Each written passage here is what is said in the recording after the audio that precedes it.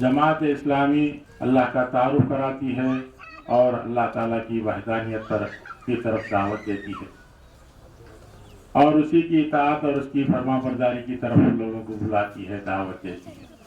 اور اسی کی مرضی لوگوں کو بتاتی ہے اور اس دنیا میں کامیابی کا راستہ جو اللہ اور اس کے رسول نے بتایا ہے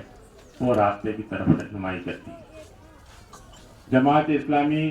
کوئی الگ دین لے کر نہیں آئی، بلکہ وہی دین جو اللہ اور اس کے رسول نے پیش کیا ہے وہی دین کو لوگوں تک پہنچاتی ہے اور چاہتی ہے کہ وہ پیغام دنیا میں عام ہو، لوگ اللہ کے بندے بن کر رہیں اور اللہ کے فرما بردار بن کر رہیں اور مکمل زندگی اللہ ہی کی اطاعت میں گزاریں، تھوڑی چیزیں اپنی مرضی کی اور تھوڑی چیزیں اللہ کی مرضی کی بجائے پورے کے پورے اسلام میں داخل ہو جائیں۔ اللہ کا حکم ہے ادخلوا فی السلم کافہ، تمام کے تمام اپنے آپ کو مکمل اللہ کی اطاعت میں دے دینا چاہیے، داخل ہو جاؤ،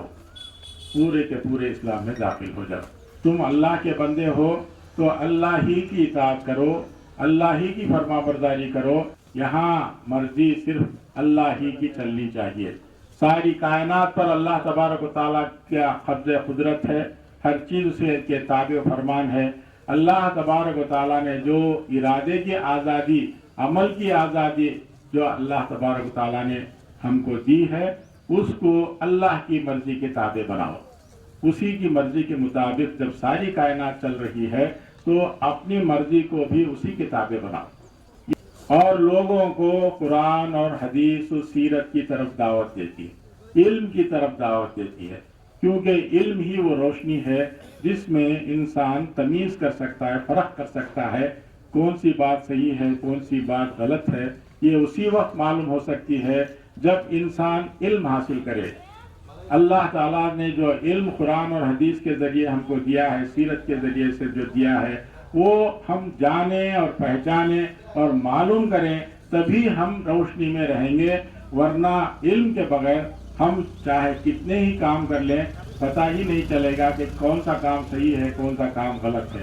کام صحیح وہی ہے جو اللہ بتائے، اللہ کے رسول بتائے۔ جماعت اسلامی لوگوں کو قرآن کی طرف دعوت دیتی ہے، حضور اقدس صلی اللہ علیہ وسلم کی سیرت کی طرف، صحابہ کرام کی سیرت کی طرف اور ان کے نمونے کو اپنا نمونہ بنانے کی طرف دعوت دیتی ہے۔